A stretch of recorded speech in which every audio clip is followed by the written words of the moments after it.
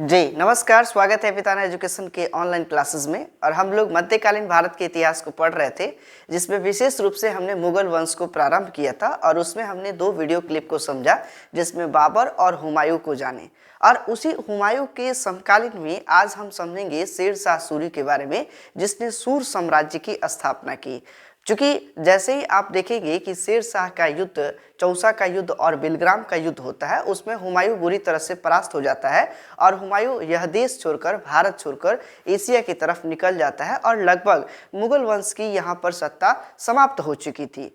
और पुनः आप देखिएगा वापस जो है 1555 ईस्वी में वापस हुमायूं आता है और यहाँ पर एक मुगल वंश की दोबारा नींव रखती है। तो उसी बीच का जो काल है, यानी 1540 से लेकर के और 1555 ईस्वी तक के काल को हम लोग आज समझने का प्रयास करेंगे। विशेष रूप से इस काल को हम लोग सूर वंश का काल समझते हैं। यह सूर साम्राज्य सूर वंश कहलाता है, जो 1540 ईस्वी से लेकर और 1555 ईस्वी तक का शासन काल रहा। और यही सूर वंश में सबसे प्रमुख शासक जो है शेर शाह सूरी के बारे में विशेष रूप से समझेंगे, जिसका कार्यकाल जो है 1540 से 1545 ईस्वी तक ही रहा। मात्र 5 साल का ही इनका शासन व्यवस्था रहता है, लेकिन विशेष रूप से इस शासन व्यवस्था में इसने आप देखेंगे प्रशासनिक सेवाओं को सुदृढ़ किया और राजनीतिक विस्तार किया। तो इसमें इससे संबंधित ज़्यादा प्रश्न पूछे जाते हैं किसी भी प्रतियोगी परीक्षाओं में, तो उससे उसी को देखते हुए हम इसको समझने का प्रयत्न करेंगे। विशेष रूप से शेर शाह सूरी का जो प्रारंभिक जीवन था, उसका विशेष परिचय जो है उसे हम समझते हैं। उसका जन्म, शेर शाह सूरी का जन्म 1472 और कुछ इतिहासकार मानते हैं कि 1486 को हुआ था।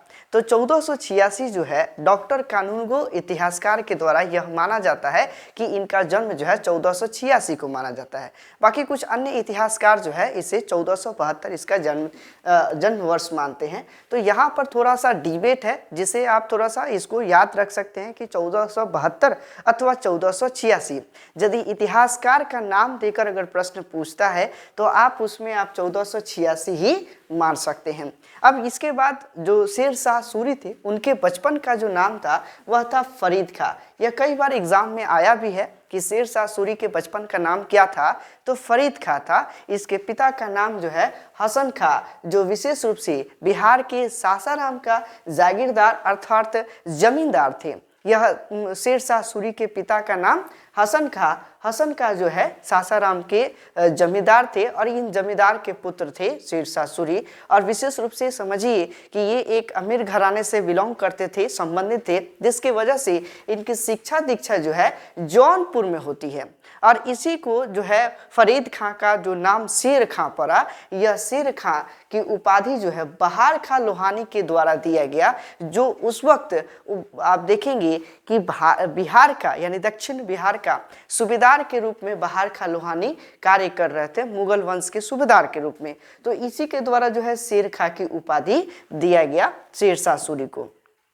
अब इसके बाद हम ये समझेंगे कि उसने कौन कौन सी कार्य किया, कैसे उसकी जो है जीवन काल का जो है प्रक्रिया प्रारंभ होती है, उसे समझते हैं शेर शाह सूरी को।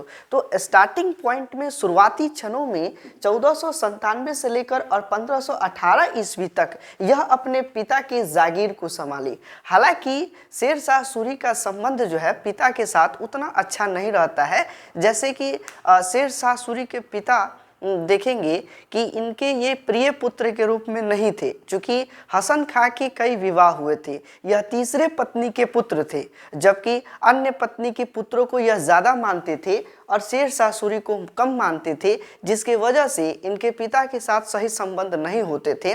इसलिए यह 1518 ईस्वी तक तो ठीक था, यह अपने पिता के जागीर को संभालते हैं और बाद में उसको छोड़ करके निकल जाते हैं दक्षिण बिहार के सूबेदार के यहाँ, और दक्षिण बिहार के सूबेदार के यहाँ नौकरी करने लगते हैं। वह दक्षिण बिहार का सूबेदार जो है बहार खां लोहानी रहता है। इनके पिता का नाम जो है दरिया खां लोहानी। तो कभी कभी यहाँ पे भी प्रश्न पूछे जाते हैं। तो बहार खां लोहानी की यहाँ नौकरी कर लेते हैं और यहाँ पर भी देखिएगा कि जब दक्षिण बिहार के सूबेदार यानी मुगल वंश के सूबेदार के रूप में बहार खां लोहानी था, तो इसने अपने नाम का परिवर्तन कर लिया और अपना नाम रख लिया मोहम्मद शाह और नाम परिवर्तित करके बिहार को स्वतंत्र घोषित कर दिया। स्वयं को बादशाह घोषित कर जो है बिहार को स्वतंत्र कर दिया कि दक्षिण बिहार का बादशाह मैं स्वयं हूँ, किसी मुगलों का मैं सूबेदार नहीं रहूँगा। यह बहार खां लोहानी के द्वारा नाम बदल दिया गया, क्या तो मोहम्मद शाह। तो जब ऐसा हुआ और यह दक्षिण बिहार का जब सूबेदार से स्वयं दक्षिण बिहार का बादशाह बन जाता है और उसके दरबारी जो थे बहार खां लोहानी अर्थात मोहम्मद शाह के जो दरबारी रहते हैं वह कान भरना शुरू कर देते हैं यह शेर खां के विरुद्ध। और यही शेर खां के विरुद्ध कान भरते हैं कि यह शेर शाह सूरी जो है यह आपके लिए घातक सिद्ध हो सकता है, यह धोखेबाज है, जिसकी वजह से जब शेर शाह सूरी को पता चलता है तो यहाँ से भी यह निकल जाता है और भाग कर फिर चला जाता है बाबर की सेना में भर्ती हो जाता है। क्योंकि उस वक्त बाबर जो है भारत पर आक्रमण कर रहा था और कई क्षेत्रों को विजिट कर रहा था जिसमें उसे सेना की आवश्यकता थी और उसी सेना की भर्ती में वापस बाबर की सेना में चला जाता है और जहां से वह सैन्य व्यवस्था को सीखता है, राजनीतिक व्यवस्थाओं को सीखता है और कूटनीतियों को सीखने का शुरुआत कर देता है। थोड़ा सा यहाँ पर एक पॉइंट और समझेंगे कि बहार खां लोहानी के द्वारा जो शेर खां की उपाधि दी गई वह किस एवज में दी गई। तो यहाँ पर एक छोटी सी कहानी बनती है कि जो शेर शाह सूरी थे अर्थात फरीद खां जो थे वह फरीद खां एक तलवार के एक ही वार में एक शेर को मार दिए थे, एक वार में तलवार की धार से जो है शेर की हत्या कर दिए थे, जिसकी वजह से इन्हें शेर खां की उपाधि दी गई। वहीं दूसरी कहानी ऐसे प्रचलन में आता है कि जो शेर खां फरीद खां जो थे बिना हथियार का निहत्थे एक शेर की हत्या कर दिए थे, जिसकी वजह से भी इन्हें शेर खां की उपाधि दी गई। तो शेर खां की उपाधि बहार खां लोहानी के द्वारा शेर शाह सूरी को दिया गया, जिसके बचपन का नाम क्या था, फरीद खां था। तो यहाँ पर एक पॉइंट आता है, अब ये समझ लेते हैं कि बहार खां लोहानी के पास जो है नौकरी कर तो रहे थे लेकिन जो दरबारी लोग थे दरबारियों के कान भरने की वजह से वहां से भी उसको छोड़ करके वापस चले जाते हैं बाबर की सेना में। और वही बाबर की सेना जब चंदेरी का युद्ध होता है मेदिनी राय के साथ तो उसी क्षण वहां पर एक लाइन बोलते हैं, एक वाक्य कहते हैं शेर शाह सूरी कि अगर भाग्य ने मेरी सहायता की और सौभाग्य मेरा मित्र रहा तो मैं मुगलों की को सरलता से हिंदुस्तान से बाहर निकाल दूंगा।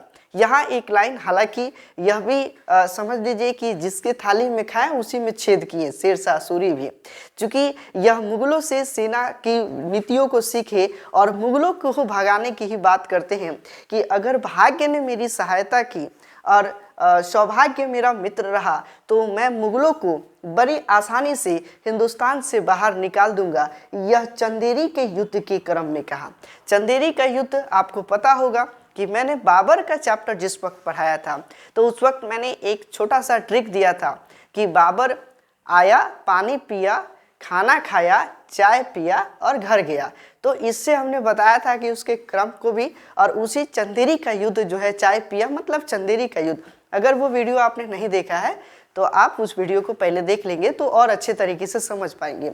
तो चंदेरी का युद्ध के समय में यह लाइन कहते हैं।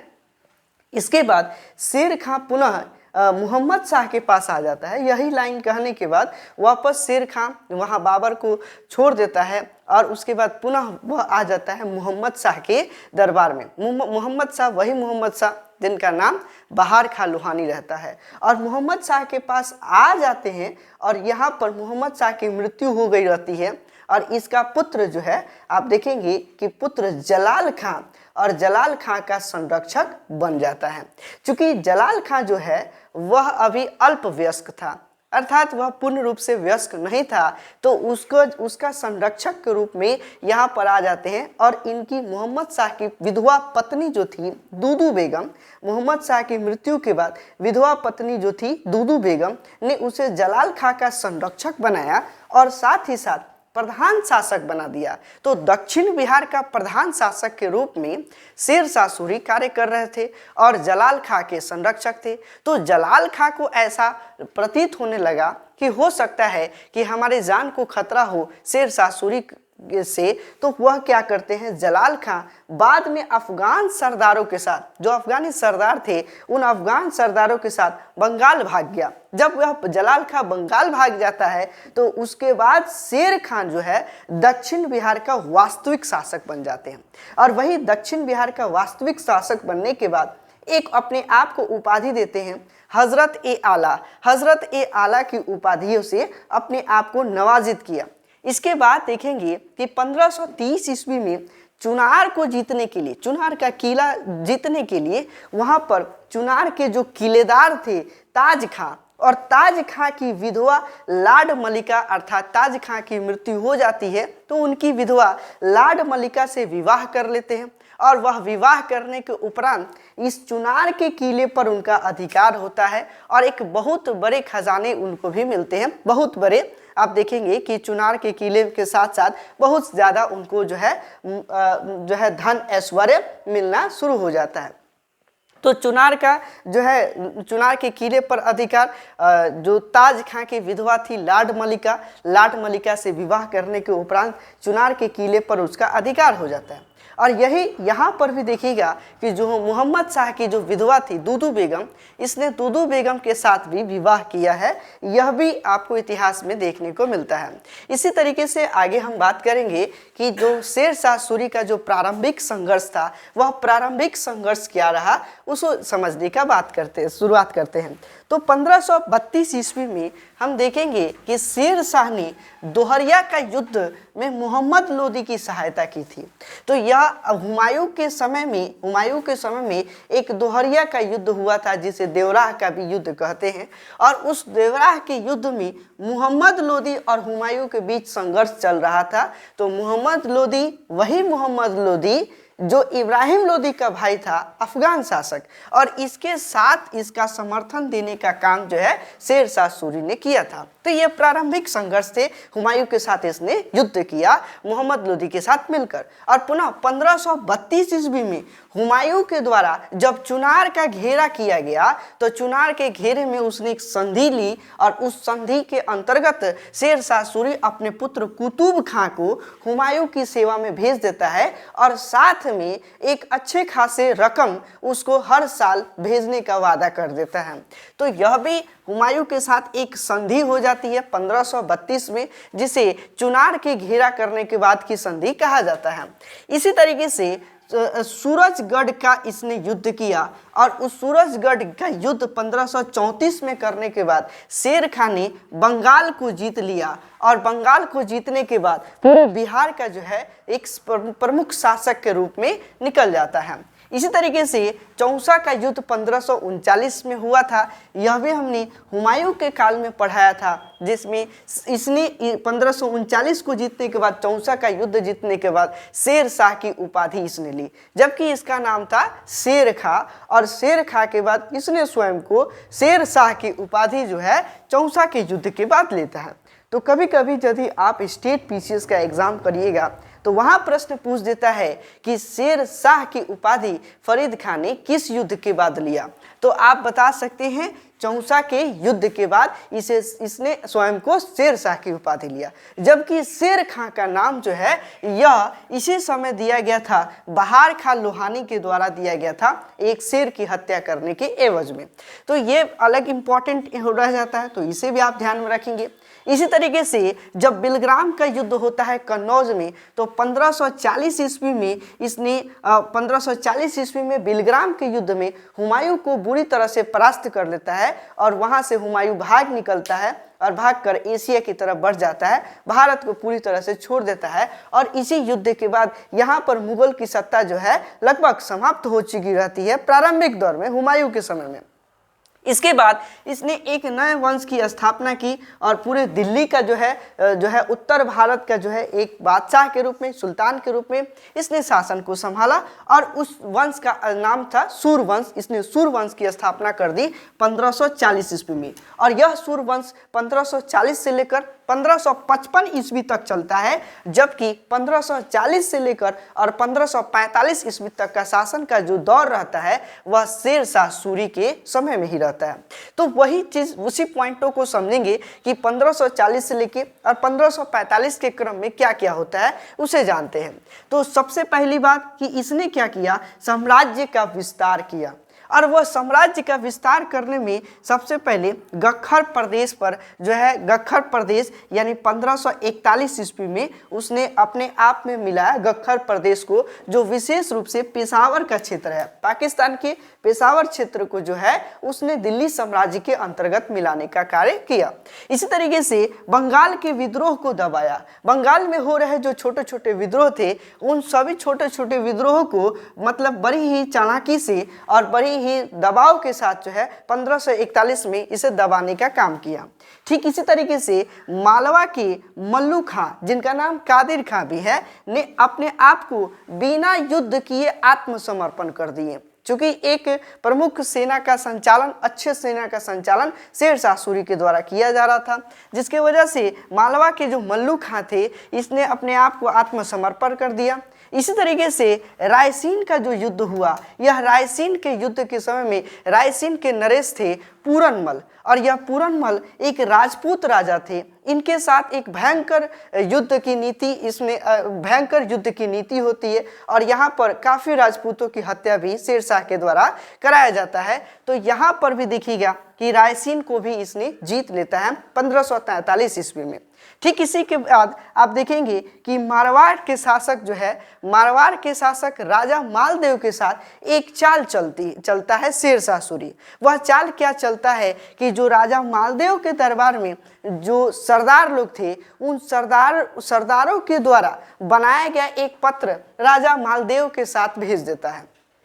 उसने एक नीति अपनाती है कि जो सरदार मालदेव हैं, मालदेव के दरबार में जो सरदार लोग रहते थे, उन सरदारों के द्वारा एक गलत जो है पत्र अपने से द्वारा खुद तैयार किया हुआ कि जो है वो सरदार जो है, सरदार के नाम से एक चिट्ठी बनवाता है कि अगर राजा मालदेव के साथ अगर युद्ध होता है शेर शाह सूरी के साथ, तो हम सरदार लोग छोड़ देंगे, भाग जाएंगे। यानी एक गलत आरोप पत्र स्वयं बनाता है और इसको किसी दूसरे माध्यम से राजा के पास पहुंचवाता है, जिससे राजा को ऐसा प्रतीत होने लगता है कि हमारे सरदार जो है कभी भी धोखा दे सकते हैं।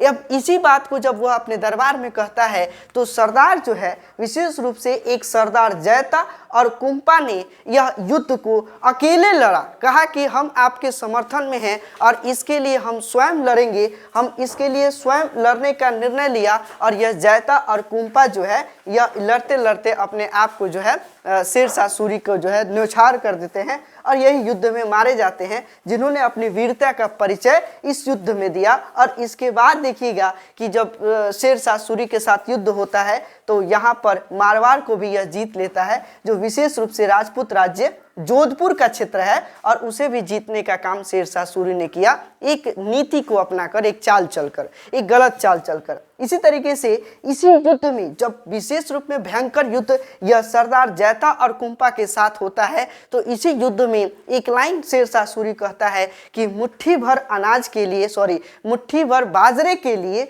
मैं हिंदुस्तान के साम्राज्य को प्रायः खो चुका था। क्योंकि उस समय जो राजपूत शासन थे, वह भी राजपूत सेना में बड़ी ताकतवर, बड़ी वीरता पूर्वक उन सभी योद्धा लड़ते थे। अगर इन लोगों के साथ यूनिटी, अगर एकता होती, तो शायद यह शेर शाह सूरी इस पूरे भारत के साम्राज्य पर जो है एक शासक के रूप में नहीं बनता। और यहीं पर कहता है कि एक छोटा सा जोधपुर का शासक में अगर यहाँ पर मैंने अगर इस नीति को नहीं अपनाता, तो शायद मैं पूरे भारत के साम्राज्य को खो चुका होता। क्योंकि इस वक्त यह पूरे भारत का एक साम्राज्य, पूरे भारत का एक बादशाह के रूप में शेर शाह सूरी था, और छोटे से राज्य के लिए लगभग वह प्रायः खो ही चुका था, लेकिन अंत में वही चाल चलने की वजह से उसे भी जीत लेता है। ठीक इसके बाद हम आगे समझेंगे कि इसके बाद 1545 ईस्वी में कालिंजर का युद्ध होता है।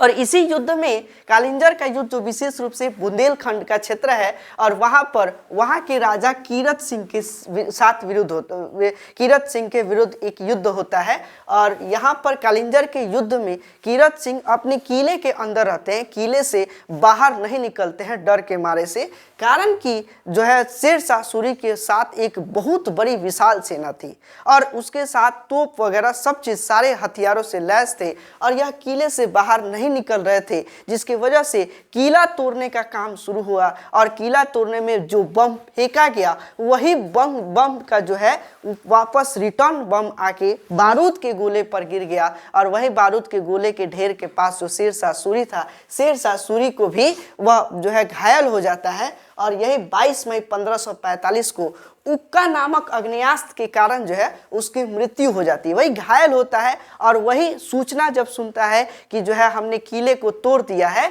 और कीरत सिंह को हरा दिया गया, और यही सूचना सुनकर वह शांति से मर जाता है।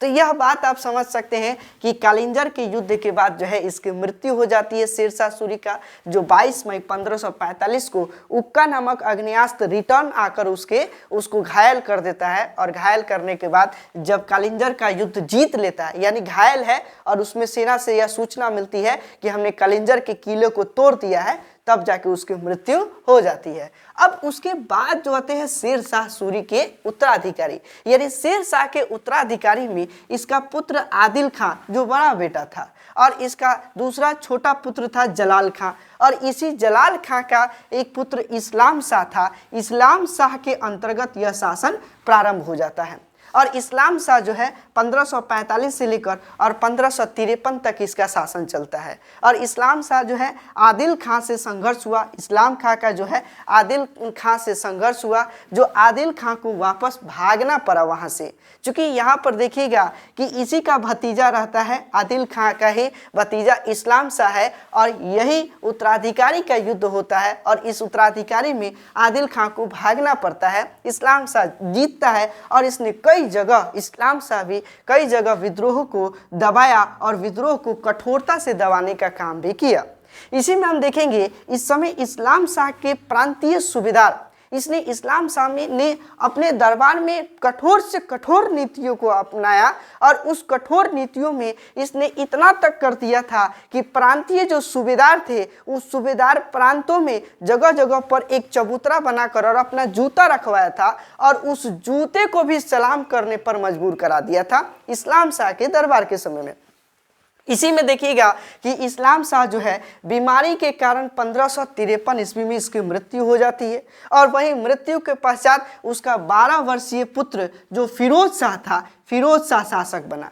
परंतु मात्र 3 दिनों में मुबारिज खां जो फिरोज शाह का मामा था और वह मामा के द्वारा, यानी मुबारिज खां जो बाद में अपने आप को मोहम्मद आदिल शाह का उपाधि धारण करता है, और यही मुबारिज खां के द्वारा 3 दिनों के बाद जो है इसकी हत्या कर दी जाती है फिरोज शाह का, जो 12 वर्षीय पुत्र उसका था इस्लाम खां का, तो उसकी हत्या कर अपने गद्दी को अपना लेता है। और इसी हत्या के बाद जो है उस पूरे जो है साम्राज्य में आदिल शाह की थू-थू होने लगती है, यानी आदिल शाह को लोग घृणा से देखना शुरू कर देता है। और इसी के बाद जो है उसने देखिएगा कि अपने आदिल शाह ही जो है अपने एक सेनापति हिंदू शासक हेमू को बनाता है, जो बाद में अकबर के साथ अकबर और हेमू का युद्ध होता है और हेमू विजित होता है और एक जो है अंतिम समय में हिंदू शासक के रूप में हेमू बनता है। तो यहाँ पर भी इसने अपने जो है गलतियों को छुपाने के लिए कुछ अच्छे कार्य भी किए, जैसे